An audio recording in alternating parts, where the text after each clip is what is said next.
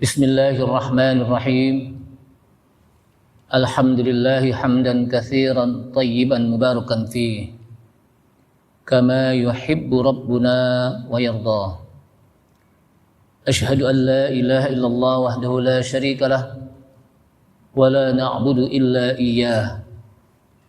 Wa ashhadu anna Muhammadan 'abduhu wa rasuluh la nabiyya ba'dah.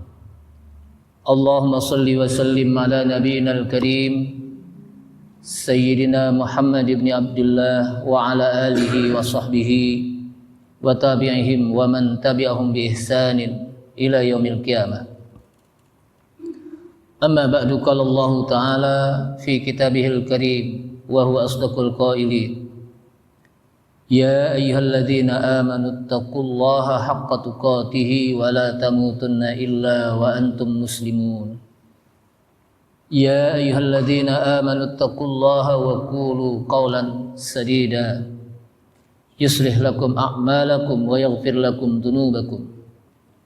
Wa may yuti'illaha wa rasulahu faqad faza fawzan 'azima.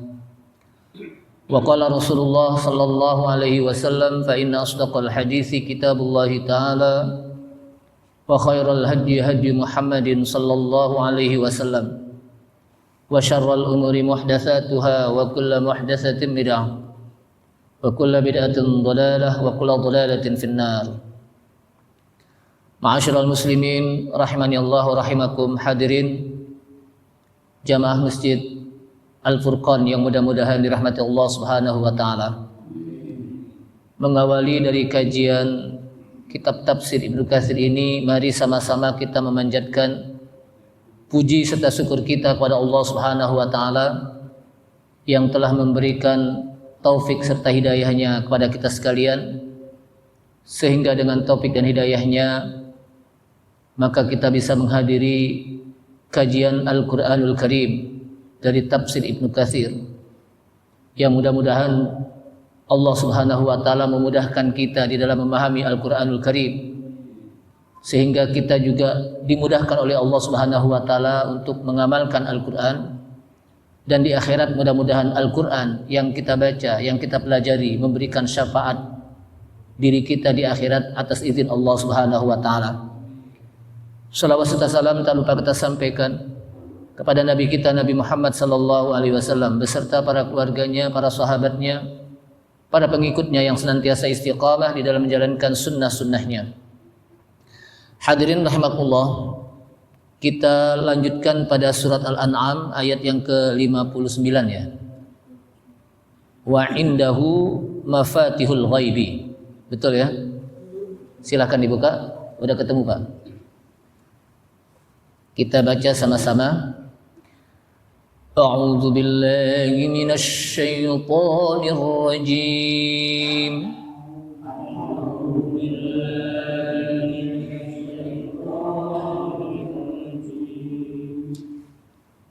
Bismillahirrahmanirrahim.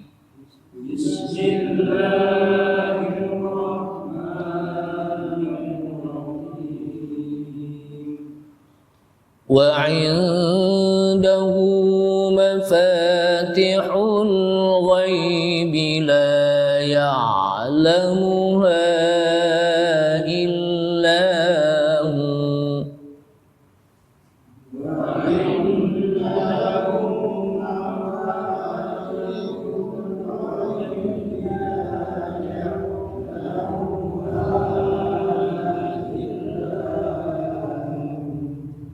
Hu-nya panjang, illahu, satu alif. Karena wawunya waqaf, menjadi sukun kalau waqaf. Wa 'indahu mafatihul ghaibi la ya'lamuha illa hu.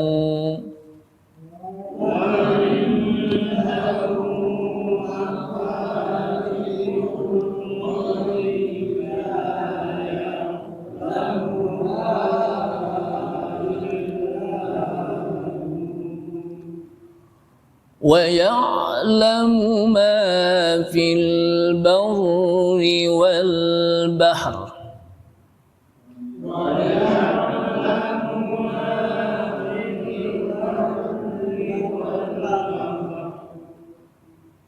والبحر ويعلم ما في البر والبحر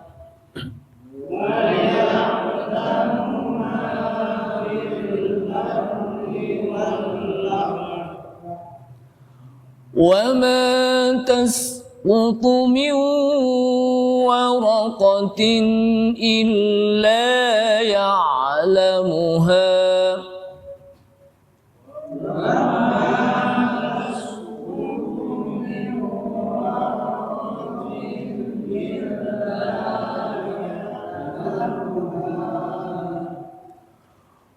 وما تسقط من ورقة إلا يعلمها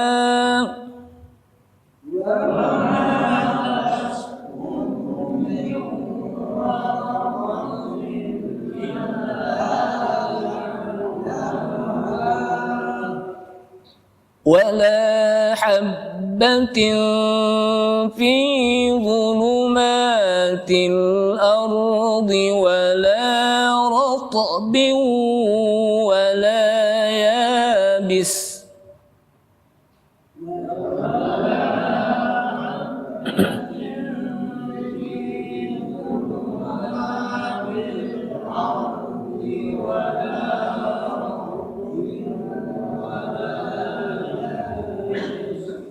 wala ratbiu diqalqalahkan wala habbatin fi dhulumatil ardi wala ratbin wala yabis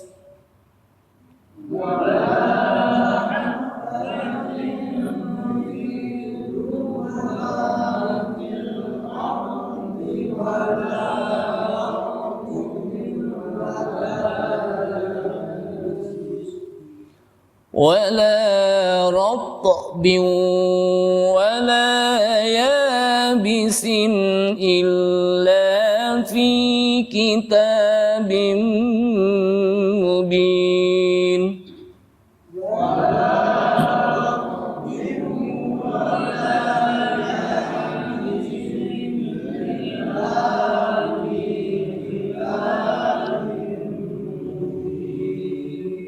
Ya, satu ayat. A'udzubillahi minasyaitonir rajim.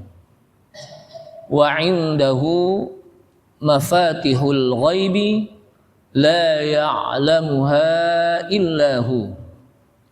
Wa 'indahu dan di sisinya. Di sisi siapa? Allah Subhanahu wa taala. Mafatihul ghaib, mafatihul ghaibi. Pakai ba.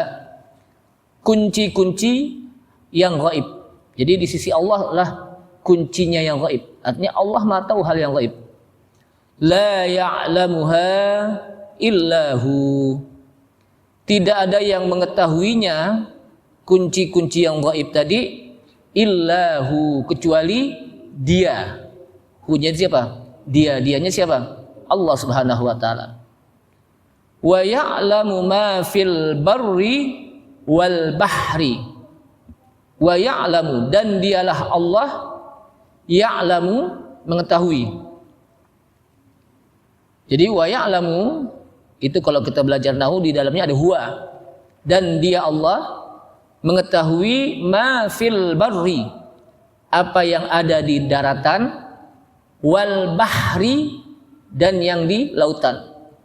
Bahri itu apa? Laut. Ya, jadi bahasa kita juga bahari. Bahari itu apa? Laut. Wa ma tasqutu min waraqatin illa ya'lamuha. Wa ma tasqutu dan tidaklah yang berjatuhan min waraqatin berupa daun-daun. Daun-daun yang gugur yang jatuh dari apa? Pohon illa ya'lamuha kecuali dia mengetahuinya. Jadi satu persatu daun-daun yang gugur berapa jumlahnya, itu Allah Subhanahu wa taala apa? Tahu. Yang kering atau yang apa? Yang dipetik orang, itu semuanya apa? Allah Subhanahu wa taala Maha tahu. Wala habbatin fi zulumatil ardi wala ratbin wala yabisin. Wala habbatin, dan tidaklah satu biji fi zulumatil ardi, di kegelapan bumi. Biji yang kita tanam kan masuk ke dalam lubang, ditutupin tanah, berarti di kegelapan bumi. Wala rotbin, dan juga biji yang kering. Rotbin itu yang basah. Wala yabisin, dan yang kering, kecuali fi kitabim mubin, itu sudah dicatat pada kitab yang nyata, yaitu Lauhul Mahfuz. Jadi semua yang terjadi itu apa? Sudah dicatat, sudah ditentukan oleh Allah Subhanahu wa taala. Ma'asyiral muslimin rahimakumullah. Ayat ini menjelaskan tentang bahwa pintu-pintu atau kunci-kunci yang gaib itu adalah milik Allah Subhanahu wa taala. Apa hubungannya dengan ayat yang sebelumnya? Ayat yang sebelumnya menyatakan bahwa ketika Rasulullah SAW diminta untuk diturunkannya azab segera, maka Rasulullah SAW nggak mau. Kenapa? Karena yang menurunkan azab dengan segera dan yang menunda azab itu Allah Subhanahu wa taala. Bukan siapa? Bukan Rasulullah SAW, tapi yang apa? Yang menurunkan azab, yang menyegerakan turunnya azab, atau yang melambatkan, menunda turunnya azab, itu adalah apa? Allah Subhanahu wa taala. Jadi artinya apa? Semuanya atas kehendak dan takdir Allah Subhanahu wa taala. Sedangkan ayat yang kita baca sekarang itu menjelaskan bahwa di sisi Allah lah mafatihul ghaib, kunci-kunci yang gaib. Jadi di sisi Allah Subhanahu wa taala kunci-kunci yang gaib, la ya'lamuha illahu. Tidak ada yang mengetahui kunci yang gaib tadi illahu, kecuali Dia, Allah Subhanahu wa taala. Malaikat enggak tahu. Para malaikat juga apa? Enggak tahu. Malaikat Jibril juga alaihissalam itu tidak tahu. Rasulullah SAW juga apa? Enggak tahu, kecuali dikasih tahu oleh Allah Subhanahu wa taala. Maka dalam hadis yang diriwayatkan oleh Imam Bukhari itu dijelaskan dari Salim bin Abdullah dari bapaknya bahwa Rasulullah SAW mengatakan, kata Rasulullah SAW dalam riwayat Bukhari, mafatihul ghaibi khamsun la ya'lamuhunna illallahu. Kunci-kunci yang gaib itu ada 5. Tidaklah ada yang mengetahui tentang mafatihul ghaib, kunci-kunci yang gaib itu, illallahu, kecuali hanya Allah Subhanahu wa taala yang tahu. Hal yang gaib, kuncinya apa? Allah Subhanahu wa taala. Kemudian disebutkan dalam hadis tersebut, pertama, innallaha indahu ilmus sa'ah. Sesungguhnya di sisi Allah lah ilmu pengetahuan tentang hari kiamat. Kapan datangnya hari kiamat, pada saat kapan, lalu bagaimana hari kiamat terjadi, itu semuanya apa? Yang mengetahui hanya Allah Subhanahu wa taala. Yang kedua, wa yunazzilul ghaitha, dan Dia yang menurunkan hujan. Jadi Allah Subhanahu wa taala yang menurunkan hujan. Walaupun secara proses kausalitas, tahu gak kausalitas? Sebab akibat, bahwa ketika panas maka air-air yang ada di atas bumi diserap oleh cahaya matahari. Kemudian ketika diserap jadilah mendung. Ketika mendung lalu apa? Dibawa oleh angin. Kemudian disorot oleh matahari, maka yang mendung ini menjadi lumer. Terus jadilah dia apa? Hujan, kan begitu. Secara apa? Fisika, ilmu fisika. Ya. Tapi bisa jadi ternyata ketika mendung nggak turun hujan. Ya. Atau ada orang yang bikin hujan buatan, karena dia melihat bagaimana proses turunnya hujan, lalu dibuat apa? Hujan buatan. Itu juga gagal. Kenapa? Karena kita harus meyakini bahwa yang menurunkan air hujan itu siapa? Allah Subhanahu wa taala. Kenapa? Karena disebutkan alladzi, ya, jadi ya ayyuhalladzina amanu ya ayyuhan nasu taqu rabbakumul ladzi khalaqakum walladzina min qablikum la'allakum tattaqun alladzi ja'ala lakumul arda firasyan was samaa'a binaa'a wa anzala minas samaa'i ma'an. Dan dialah Allah SWT yang menurunkan air dari langit. Wa anzala minas samaa'i ma'an. Di situ tidak disebutkan samawati, tapi apa? Sama'i. Allah SWT turunkan hujan dari langit. Maksudnya bukan langit yang 7 lapis, bukan. Makanya disebut sama'i, bukan samawat. Kalau disebut samawat, itu 7 lapis langit. Tapi sama disebutkan oleh para ulama dalam tafsir ma fauqona, apa yang di atas kita itu apa? Langit. Ya. Makanya kadang-kadang atap ini seberapa? Langit-langit gitu ya. Itu jadi bahasa kita juga. Jadi apa yang apa? Ma fauqona. Kenapa? Karena kalau dari langit yang 7 lapis langit, berapa tahun baru sampai air ke bumi? Karena saking apa? Jauhnya. Makanya ayat tersebut menjelaskan wa anzala minas samai ma'an. Allah Subhanahu wa taala turunkan dari langit air. Artinya yang menurunkan air hujan dari langit itu siapa? Allah Subhanahu wa taala. Walaupun secara kausalitas ya terjadinya proses fisika. Ya. Kenapa? Bisa jadi proses tersebut tidak apa? Terjadi hujan. Gitu. Nah inilah yang harus kita ambil kepada tauhidnya, di mana jangan sampai itu kan gara-gara begini, gara-gara begini, tidak. Semuanya kembali kepada apa? Allah Subhanahu wa taala. Sama dengan ketika kita berobat. Ya. Ketika kita datang ke dokter, maka yang harus kita lakukan dan kita katakan kepada dokter, bukan kita mengatakan bahwa dok, tolong sembuhkan saya atau sembuhkan anak saya. Kenapa? Karena yang bisa menyembuhkan siapa? Allah Subhanahu wa taala. Tapi kita katakan, dok, tolong obati anak saya. Pengobatan.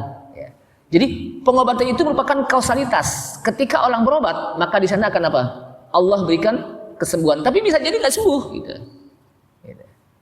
Kenapa? Karena yang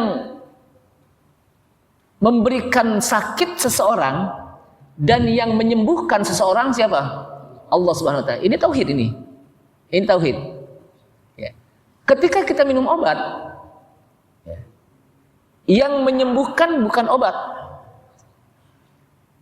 Bukan obat. Ini obat ini menyembuhkan, bukan. Yang menyembuhkan siapa?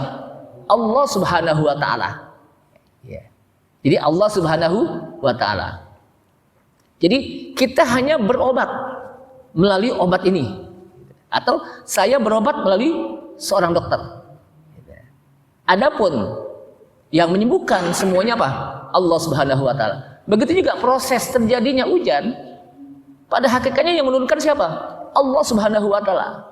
Itu hanya sebuah proses. Bisa jadi proses tersebut gagal. Kayaknya mendung kok nggak hujan-hujan nih, kan gitu. Karena memang bukan gara-gara mendung yang Bapak menurunkan, tapi siapa? Allah Subhanahu wa taala. Perasaan bulan September musim hujan kok panas terus nih. Karena memang yang turunkan hujan apa? Allah Subhanahu wa taala, bukan gara-gara musim. Nah, ini yang harus kita tanamkan tauhid, ya. Bahwa semuanya kembali kepada takdir Allah Subhanahu wa taala. Ketentuan Allah Subhanahu wa taala. Kemudian wa ya'lamu ma fil arham. Yang keberapa itu? Yang pertama, sesungguhnya Allah di sisinya ilmu tentang hari kiamat. Ilmu tentang hari kiamat. Itu satu. Yang kedua, wa yunazzilul ghaitsa. dan dialah Allah yang menurunkan hujan. Lalu yang ketiga, wa ya'lamu ma fil arham. Ini termasuk bagian dari mafatihul ghaib, kunci-kunci yang ghaib, di mana seseorang tidak akan tahu kecuali hanya Allah SWT. Ya. Yang ketiga adalah dialah Allah yang mengetahui ma fil arham, apa yang ada di rahim seorang wanita ketika dia hamil. Ustadz kan sekarang udah ada USG namanya. USG bisa salah. Ya gitu, USG bisa salah. Ada orang mengatakan, oh ini anak bapak laki. Ternyata pas keluar apa? Perempuan. Oh anak bapak ini apa? Nanti akan lahir perempuan. Ternyata yang keluar apa? Laki. Ya gitu. Kenapa? Itu hanya sebatas usaha manusia. Tapi semua takdir kembali kepada Allah Subhanahu wa taala. Jenis kelamin yang tahu itu apa? Allah Subhanahu wa taala. Ya. Tapi boleh gak orang USG? Boleh. Karena itu kan ilmu kedokteran. Ilmu apa? Kedokteran. Boleh gak orang bikin hujan buatan? Ya boleh. Karena kan itu ilmu fisika. Ya. Ilmu apa? Fisika. Yang tidak boleh meramal tentang hari kiamat. Mau pakai fisika apapun, ilmu apapun, ketika apa? Oh nanti hari kiamat datangnya tanggal segini, bulan segini, tahun segini. Nggak tahu. Kenapa? Yang mengetahui hanya Allah SWT. Ya. Cuman Allah Subhanahu wa taala memberikan tanda-tanda hari kiamat. Baik tanda-tanda kecil maupun tanda-tanda besar. Tanda-tanda kecil banyak. Di mana disebutkan dalam hadis termasuk banyak gedung-gedung yang bertingkat. Kalau bahasa kita apa? Banyak pencakar apa? Langit bercakar di gedung itu. Saking tingginya kali ya. Terus juga antalida amatahu rabbataha. Seorang budak melahirkan tuannya. Ya. Jadi seorang budak melahirkan tuannya. Apa yang maksud dengan budak melahirkan tuannya? Ibu melahirkan anaknya. Anaknya itu akan menjadi tuan di rumah ketika dia sudah menjadi orang yang sukses. Ibunya di rumahnya menjadi apa? Budaknya. Ini salah satu penafsiran para ulama. Dan itu terjadi. Ya. Ketika anaknya sukses, ya, ibu di rumahnya menjadi budaknya. Kenapa? Karena yang mengurus anaknya, yang ngasih makan suaminya, yang berbenah di rumahnya, yang membersihkan, itu semuanya pak ibunya. Jadi ibunya hanya menjadi budak di rumahnya. Padahal udah waktunya ibunya itu istirahat. Kecuali kalau orang tersebut ada pembantunya, ibunya cuman ngawasin, nggak apa-apa.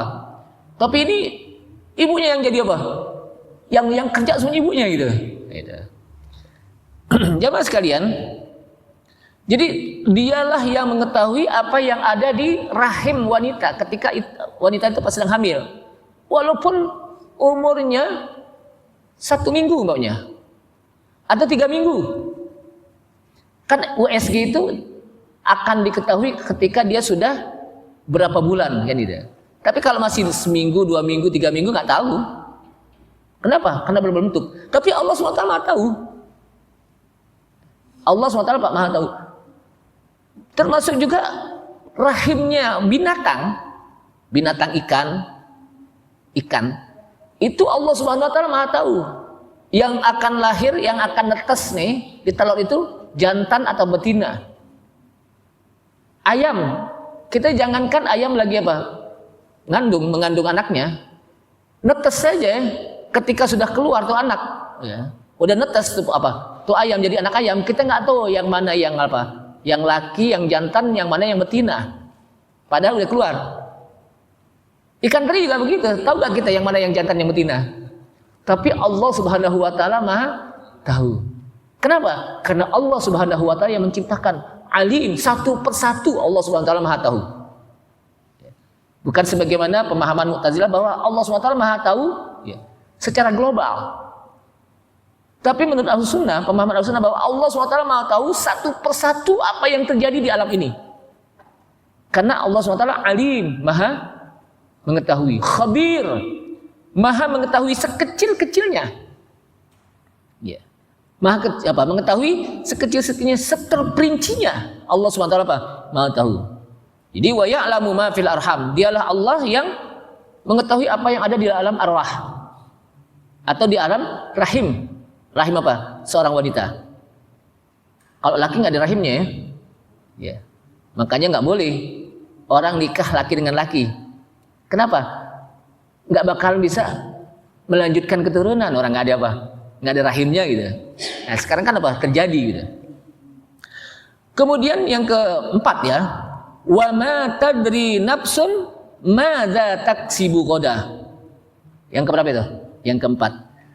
Dan tidaklah seseorang mengetahui madza taksibu ghadah, apa yang akan dia lakukan besok. Kita nggak tahu apa yang kita lakukan besok. Bisa jadi besok kita belum tahu apa, udah nggak ada kan gitu. Jadi jangan sampai orang ngomong, pokoknya besok deh saya mau sholat, besok deh saya mau ngaji. Jadi untuk melakukan kebaikan itu selalu apa?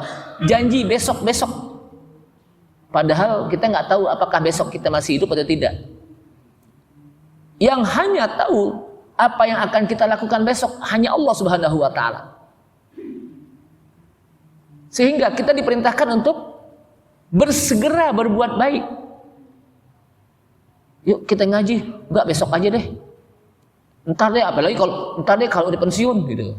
Emang kita tahu umur kita sampai pensiun? Kan belum tentu. Yuk kita ngaji, yuk kita sholat. Ntar deh kalau udah pensiun.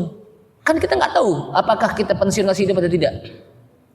Sehingga kebaikan itu hendaknya apa? Jangan ditunda, segerakan. Sebab kita tidak tahu. Wa ma tadri nafsum madza taksibu ghadan. Dan seseorang tidaklah mengetahui apa yang akan dikerjakan besok. Walaupun dia sudah bikin planning, ya, sudah bikin apa? Agenda. Besok meeting, besok briefing, besok. Belum tentu, bisa jadi apa? Gagal. Itu hanya planning manusia. Tapi ketentuan Allah SWT bisa terjadi apa? Terjadi beda. Ya. Bisa apa? Terjadi beda. Kenapa? Karena yang mengetahui itu apa? Allah Subhanahu wa Ta'ala. Yang ketiga, yang keempat, apa yang kelima nih? Yang kelima, wa ma tadri nafsun bi ayyi ardin tamut. Dan tidaklah seseorang mengetahui di bumi mana dia akan mati. Ini Al-Qur'an sebetulnya. Dalam Al-Qur'an apa? Wa ma tadri nafsun bi ayyi ardin tamut. Dan tidaklah seseorang tahu di bumi mana dia akan mati, di daerah mana dia akan mati. Makanya ada orang yang meninggal, kok kenapa sih harus ke sana? Oh ternyata meninggal di sana. Padahal belum pernah ke sana umpamanya. Kenapa? Karena kita tidak tahu di bumi mana kita akan apa meninggal. Para sahabat ada yang berjuang untuk bisa mati syahid. Ternyata meninggalnya bukan saat mati syahid, tapi di atas tempat tidur. Padahal berkeinginan untuk bisa apa? Mati syahid.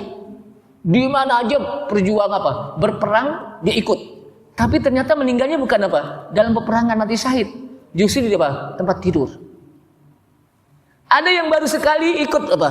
Berperang, meninggal mati syahid. Jadi artinya bahwa kita nggak tahu di tempat mana kita meninggal, saat ke apa kita meninggal. Yang terpenting bagi kita adalah bagaimana kita mempersiapkan hari ketika kita dicabut ruh kita oleh malaikat maut. Itu yang kita. Jadi kita nggak tahu di bumi mana kita akan meninggal. Oh saya sih di bumi apa? Maunya meninggal di Jakarta. Belum tentu. Bisa jadi ternyata kok perasaan mau ke sana mulu umpamanya. Mau ke luar daerah umpamanya. Ternyata meninggal di sana gitu. Maka di sini yang terpenting bagi kita apa? Meninggal dalam keadaan husnul khotimah, mau di mana saja meninggal dalam keadaan husnul khotimah itu. Jadi inilah 5 kunci yang kunci hal yang gaib, mafatihul gaib yang tidak ada yang mengetahui kecuali apa? Hanya Allah Subhanahu wa Ta'ala. Sehingga innallaha alimun khabir. Nah ini. Sesungguhnya Allah alim, maha mengetahui. Khabir juga maha mengetahui. Dua-duanya sama. Alim, maha mengetahui. Khabir pun maha mengetahui. Cuman khabir itu maha mengetahui sedetil-detilnya, sekecil-kecilnya. Itu adalah bagian dari nama-nama Allah SWT. Di dalam hadis yang diriwayatkan oleh Umar, yang hadis ini dikenal dengan hadis Jibril, di mana Jibril ketika datang kepada Nabi kita Nabi Muhammad SAW dengan menyerupai seorang laki-laki yang bersih, putih, klimis, dengan pakaian yang begitu rapi, yang tidak terlihat tanda-tanda bahwa dia sedang safar. Sehingga ketika Jibril itu datang dengan berpenampilan seorang laki-laki, tapi malaikat Jibril bukan laki-laki. Kenapa? Malaikat tidak berjenis kelamin, ingat. Malaikat itu bukan laki, bukan perempuan. Kemudian ketika datang, tak seorang pun yang kenal. Mau dibilang orang jauh, tidak ada tanda-tanda dia sedang safar. Kenapa? Karena kalau di Mekah atau di Madinah, ketika dia melaksanakan perjalanan jauh akan kelihatan dengan pakaian yang kotor. Kenapa? Karena di sana padang pasir.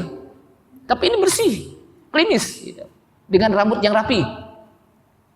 Kemudian mau dibilang orang dekat, tak satu pun di antara sahabat yang kenal.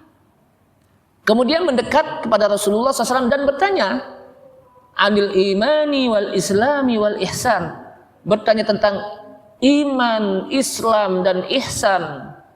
Faqala lahun Nabi sallallahu alaihi wasallam. Maka Nabi SAW mengatakan, yang bertanya tidaklah yang ditanya tidaklah lebih tahu daripada yang bertanya. Artinya apa?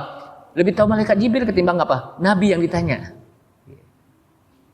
Karena malaikat Jibril mendapatkan informasi dari Allah Subhanahu wa taala. Jamaah sekalian, jadi ini hadis yang dikenal oleh para ulama hadis dengan Ummus Sunnah, Ummul Hadis. Kalau Al-Quran, Ummul Kitab, Ummul Quran itu Suratul Fatihah. Disebut dengan induknya Al-Quran. Induknya Al-Quran itu Al-Fatihah. Ummul Kitab, Ummul Quran. Sedangkan hadis, ada juga Ummul Hadis, induknya hadis, yaitu hadis Jibril yang diriwayatkan oleh Umar radhiyallahu an. Jadi Umar menceritakan tentang hadis ini, di mana datang Jibril bertanya tentang ma huwal iman, ma huwal islam, ma huwal ihsan, matas sa'ah. Kapan datangnya hari kiamat? Maka hadis ini disebut Ummul Hadis, atau Ummus Sunnah, induknya sunnah atau induknya hadis, karena hadis ini mencakup semua ajaran-ajaran yang ada di Islam. Itu Itu mencakup di hadis ini. Tentang iman, tentang Islam, tentang ihsan, tentang hal yang gaib. Itu dia hadis ini. Maka dikenal dengan Ummus Sunnah. Nah, ketika ditanya, maka Nabi SAW mengatakan khamsun la ya'lamuhunna illallah. Ada 5 yang tidaklah seseorang mengetahuinya kecuali hanya Allah Subhanahu wa taala. Kemudian Rasulullah SAW membaca innallaha indahu ilmus sa'ah. Sesungguhnya Allah di sisinya lah pengetahuan tentang hari kiamat. Jadi Allah SWT memberitahukan tentang hari kiamat dengan ciri-cirinya. Kepastian datangnya hari kapan, tahun kapan, jam berapa, itu hanya Allah SWT yang tahu. Tapi ciri-cirinya sudah dikasih tahu. Apakah ciri-ciri atau tanda-tanda kiamat besar atau tanda-tanda kiamat kecil? Itu sudah dikasih tahu. Kita pun sebetulnya tanda-tanda kematian juga sudah dikasih tahu. Dengan bermunculan uban, gigi sudah mulai rontok, mata sudah mulai gurem-gurem, pendengaran sudah mulai berkurang. Jadi jangan sampai itu bagian dari diingatkan kita oleh Allah Subhanahu wa taala. Sehingga nanti di hari kiamat, saya nggak tahu kalau saya mau meninggal. Kan udah kasih tahu tanda-tandanya. Terakhir, ketika orang tersebut sudah lagi tidak masuk makanan dalam perutnya. Jadi ketika orang tersebut sudah lagi tidak masuk makanan dalam perutnya. Kenapa? Berarti rezekinya sudah sampai situ. Kalau rezekinya sudah sampai situ, berarti apa? Udah nggak ada lagi dapat rezeki, meninggal dia. Kenapa? Karena orang yang hidup sudah diberikan rezeki oleh Allah SWT. Tapi kalau sudah tidak lagi masuk rezeki dalam dirinya, makan, berarti tidak sampai apa? Di situ. Ma'asyiral muslimin rahimakumullah. Wa ya'lamu ma fil barri wal bahr, dan dialah Allah mengetahui apa yang ada di daratan dan di lautan. Ai muhitun ilmuhul karimu bi jami'il mawjudat. Jadi ilmu Allah, pengetahuan Allah itu meliputi semua yang ada. Semua yang ada di alam ini satu persatu Allah Subhanahu wa taala Maha tahu. Dari makhluk yang terbesar yang terkecil. Baik makhluk itu di daratan maupun di lautan, di langit, di udara, semuanya Allah SWT Maha tahu. Baik makhluk itu yang melata di atas bumi, atau yang di laut, atau yang terbang di udara, satu persatu Allah SWT mengetahui. Kenapa? Karena ilmu Allah muhitun ilmuhul karim. Jadi meliputi ilmu Allah Subhanahu wa taala yang mulia dengan semua yang ada. Yang tidak ada tersembunyi, nggak ada yang tersembunyi ilmu Allah SWT. Semuanya tahu. Kalau kita mungkin banyak orang, ada yang ngumpet kita nggak tahu. Lagi ngumpul-ngumpulnya 10 orang, ada yang ngumpet kita nggak tahu. Tapi Allah SWT betapa begitu luar biasanya ilmunya, pengetahuannya. Jagat raya ini satu persatu Allah SWT tahu. Jumlah malaikat yang begitu banyak Allah SWT tahu. Malaikat itu berapa jumlahnya? Jumlah malaikat itu lebih banyak daripada apa? Manusia. Jumlah yang sudah meninggal, yang masih hidup, Allah Subhanahu wa taala Maha tahu. Ya. Tidak tersembunyi pengetahuan Allah SWT. Termasuk juga wala mithqala dzarratin fil ardi wala fis sama. Sesuatu yang apa? Mithqala dzarrah. Biji yang terkecil di bumi. Apa biji yang terkecil? Biji apa ya? Pohonan. Jambu kelutuk, jambu apa? Jambu batu itu masih kelihatan. Biji sawi ya. Saya belum pernah ngelihat biji sawi itu. Saya pernah tukang sayur, saya bilang, biji sawi mana ini? Enggak tahu deh biji sawi yang mana. Yang tahu kembang sawi gitu. Ya, taruhlah benda yang terkecil atom. Tapi ternyata atom juga ada yang lebih kecil lagi. Proton atau neutron gitu ya. Pokoknya yang paling terkecil benda di bumi dan juga makhluk yang ada di langit, berapa jumlahnya, di mana ada malaikat yang mengelilingi Baitul Ma'mur. Kalau di dunia itu apa? Manusia, umat Islam itu mengelilingi Ka'bah Baitullah. Di atas itu ada namanya apa? Baitul Ma'mur yang dikelilingi oleh para malaikat. Dan malaikat itu bergantian. Ketika dia sudah keluar dari situ tidak lagi apa? Balik lagi. Itu berapa? Jumlahnya luar biasa. Allah Subhanahu wa taala apa? Maha tahu. Wa ma tasqutu min waraqatin illa ya'lamuha. Dan tidaklah ada yang daun berjatuhan kecuali Allah SWT mengetahui satu persatu. Wa ya'lamul harakat. Allah SWT tahu daun yang berjatuhan. Bayangkan. Kita jangankan yang di tempat lain, di depan rumah kita aja daun pohonan kita jatuh, kita kira kita apa? Tahu apa enggak? Pohon mangga atau pohon apa? Jengkol gitu.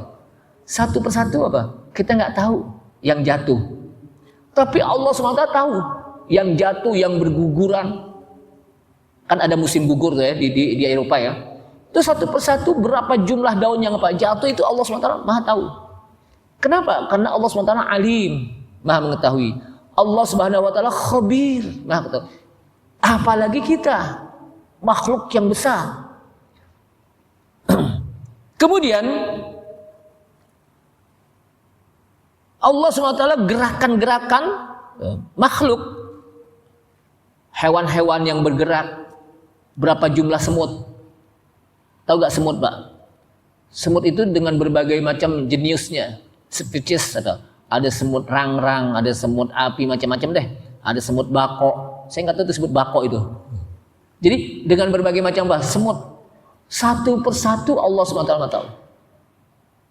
Biji apa? Telur semut, tahu gak telur semut? Satu persatu Allah SWT. Jadi apa? Begitu luar biasanya ilmu Allah Subhanahu wa taala.